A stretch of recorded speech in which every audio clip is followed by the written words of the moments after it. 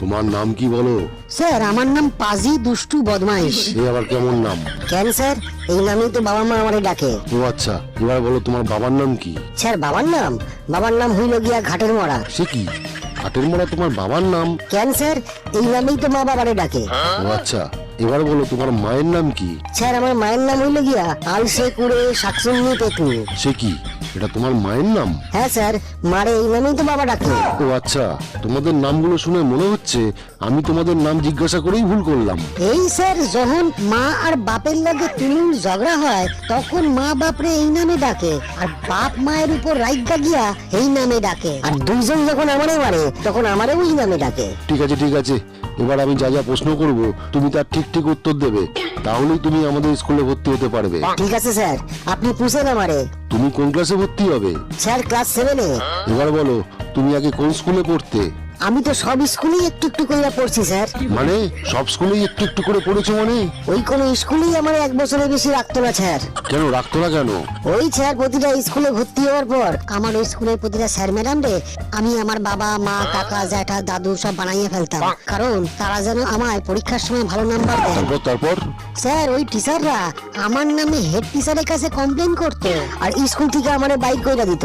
কি করুন স্যার, পড়াশোনা করতে তো আমার একদম ভালো লাগে না যে। তাহলে তুমি আমাদের স্কুলেরও সব টিচারদেরকে বাবা মা কাকা জ্যাঠা এইসব বলে ডাকবে? স্যার এই বিষয়ে আমি কথা দিতে পারছি না, কেননা স্যার ম্যাডামদের দেখলেই আমার মাথা গরম হয়ে যায়। কি অবস্থা, এইটুকু ছেলের এখনই এই অবস্থা? স্যার ম্যাডামদের সহ্যই করতে পারে না এই ছেলে, ভবিষ্যতে কি হবে এর? ঠিক আছে, এই বিষয়ে পরে দেখা যাবে, এখন বলো তোমার প্রিয় বিষয় কি? স্যার আমার প্রিয় বিষয় হইল ঘুড়ি ওড়ানো আর টিভিতে কার্টুন দেখা। পড়াশোনাটা ঠিক মানে অনেকটা যেন তিতা ওষুধ। তুমি কি কোনো কবিতা জানো? কবিতা? হ্যাঁ একটা জানি তো। হাট্টিমা টিম টিম তারা মাঠে পারে ডিম, ডিম ভাইয়া হইল খই ভম্বল গেল কই। আচ্ছা এবার বলো তুমি বড় হয়ে কি হতে চাও? আমি বড় হইয়া ঘুমাইতে চাই স্যার। ঘুমানোটা খুব আরামের কাম, কোনো চিন্তা নাই, কোনো পড়ার চাপ নাই। এবার বলো তোমার প্রিয় খাবার কি? স্যার আমার প্রিয় খাবার হইল গালাগালি খাওয়া। সে কি, গালাগালি খাওয়া? হ্যাঁ স্যার, আমি এমন কাম করি যে যে কেউ যখন তখন আমার গালাগালি দেওয়া শুরু করে দেয়, এই কারণে ওইটা খাইতে কোনো কষ্ট হয় না, এই জন্যই এই খাবারটা আমার এত প্রিয়। আচ্ছা এবার বলো তোমার প্রিয় খেলা কি? আমার প্রিয় খেলা হইল গিয়া লুকোচুরি, কেননা লুকাইতে পারলে আর কেউ খুঁজে পায় না, তখন যা খুশি করানো যায়। তোমার স্কুলে আসতে ভালো লাগে? না স্যার একদম না, খালি মনে হয় এই স্কুল ব্যাপারটা না থাকলে কত ভালো হইতো, পড়াশোনার চাপ থাকতো না। কিন্তু এটাও ভাবি যে এই স্কুল না থাকলে তো এত বন্ধুও হইতো না স্যার। বুঝলাম, এবার বলো তো তুমি যেখানে সেখানে পটি করা কি ঠিক কি ঠিক না? না স্যার কোনোদিনই উচিত না, কেননা স্যার পটি কাউনের পর তো ধোয়ার জল আর সব জায়গায় পাওয়া যায় না, এই জন্যই এমনই পটি করা একদম উচিত না, এইতে প্যান্টে পটি লাগা যাইতে পারে, এই জন্যই।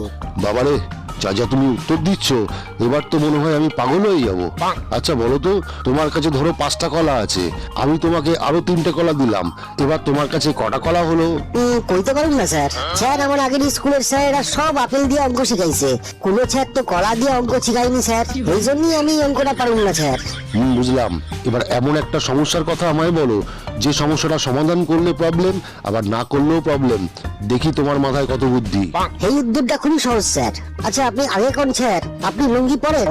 আমার লুঙ্গি পরা নিয়ে প্রশ্নের কি সম্পর্ক? আপনি কোন না স্যার, আপনি কি লুঙ্গি পরেন?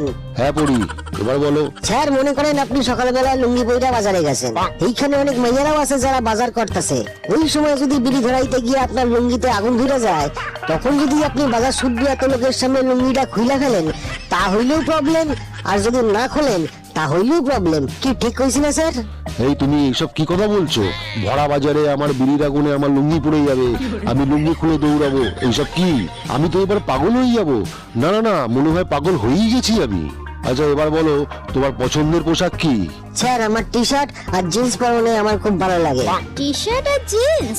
ও ডার্লিং, এটা তো একদমই out of fashion. Hello student, আমি হলাম তোমাদের নতুন ম্যাম ঝুম্পা সেনগুপ্ত।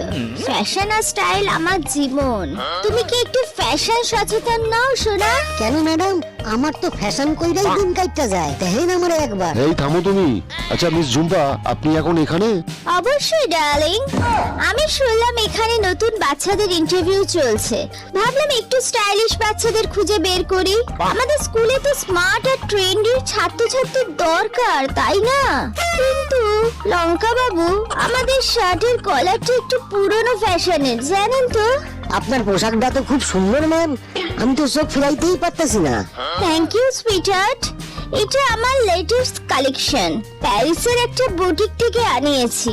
কিন্তু তোমার চুলের কাটটা একদম বোরিং, একটু স্পাইকি বা আন্ডার কাট করলে তোমাকে আরো কুল লাগবে।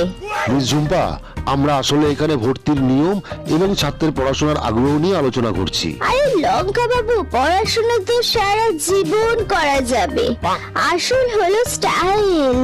দেখুন তো আমার পোশাকটা একদম ট্রেন্ডি, আমার ভালো লাগছে স্যার। হ্যাঁ ম্যাডাম, আপনারে খুব সুন্দর লাগতাছে, একদম পুরা আমার মা লাগতাছে আপনারে। আমি আপনারে মামা বলে ডাকুন? এই ছেলেটা একদম চুপ করো, বাজে কথা একদম না। হ্যাঁ ম্যাডাম, সত্যি আপনাকে ভালো লাগছে, খুব সুন্দর। আর ফ্যাশন তো হলো একটা আর্ট। অবশ্যই ডার্লিং, ফ্যাশন হলো আত্মবিশ্বাস প্রকাশের একটা মাধ্যম। যে স্টাইলিশ সে স্মার্ট। আপনি একটু ফ্যাশন টিপস নিতে পারেন আমার কাছে, ডোন্ট মাইন্ড। নিশ্চয়ই নিশ্চয়ই। আচ্ছা সোনা, তুমি কোন ব্র্যান্ডের পোশাক পরো? ব্র্যান্ড মানে? তুমি ব্র্যান্ড চেনো না? Gucci, Prada, Chanel? না ম্যাম, আমি তো বাবার দোকানে জামা কাপড় পরি। ও মাই গড, এটা তো খুবই দুঃখজনক। তোমাকে এক্ষুনি একটা ফ্যাশন ক্লাসে ভর্তি হওয়া উচিত। আচ্ছা স্যার, আপনার কি মনে হয় না আমাদের স্কুলে একটা ফ্যাশন ডিজাইনিং এর কোর্স চালু করা উচিত? আমরা অবশ্যই বিবেচনা করব ম্যাডাম। তুমি একদম চিন্তা করো না ডার্লিং, আমি তোমাকে স্টাইলিশ বানিয়ে দেবো। Just wait and watch. Fashion is passion, you know. আপনি লাস্টের দিকে কি কইলেন আমি বুঝলাম না ম্যাডাম। ঠিক আছে, আমি পরে জিগাইয়া লমু আপনার থেকে। কিন্তু ম্যাডাম একটা কথা কমু, আমার আপনারে মা ডাকতে খুব ইচ্ছা করতেছে। আমি আপনারে মা কইয়া ডাকুন ম্যাডাম? আমি টিফিন লইয়া আসুন, আপনি আমারে খাওয়াইয়া দিবেন। এই ছেলে পাকা ছেলে, তোর কি আর কিছু বলার আছে? ম্যাম, আমি কি কালকে একটা নতুন সুন্দর জামা পইরা ইন্টারভিউ দিতে আসুন? না বাবা, তোর আর কোনো ইন্টারভিউ নেই, আজই তোর শেষ ইন্টারভিউ। নো প্রবলেম ডার্লিং, তুমি কালকেই আমার সাথে দেখা করো, আমি তোমাকে কিছু দারুণ কিছু ফ্যাশন টিপস দেব। ওকে ম্যাডাম, আমি আপনার লইগা দেখা করুনই করুন। এখন তাহলে আসি আমি, বাই বাই। ম্যাডাম রে আমি মা ডাকুনই ডাকুন, আপনার জায়গায় উনি বইলে কত যে ভালো হইতো। থামো, তুমি কি জানো এটা একটা স্বনামধন্য স্কুল? এখানে ভালো ছাত্ররাই ভর্তি হতে আসে। ও তাই নাকি স্যার? আমি তো ভাবছিলাম যাদের অন্য কোথাও চান্স হয় না তারাই এইখানে আসে। ও যথেষ্ট হয়েছে, তুমি এখন যেতে পারো।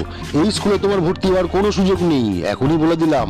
এবার মানে কেটে পড়তো দেখি এখান থেকে। ও সত্যি? তা হইলে গিয়া আমি এই স্কুলের টিচার রুমে টিচারকে দেখানোর জন্য দাঁড়াইতে পারি স্যার? তুই যেখানে খুশি গিয়ে দাঁড়া, এখন যা তো এখান থেকে। আচ্ছা শোনা হয়ে গেলাম, কিন্তু স্যার আমার মা, ও সরি স্যার, মানে ওই মিস ঝুম্পা ম্যাডাম রে এখন কই পাবো, কইতে পারবেন স্যার? তুই বেরোলি হতচ্ছাড়া। এই কে আছিস, ওটাকে তুলে নিয়ে গিয়ে গেটের বাইরে ফেলে দিয়ে আয় তো। কে আছিস, নিয়ে যা এটাকে। কে আছিস, নিয়ে যা এটাকে।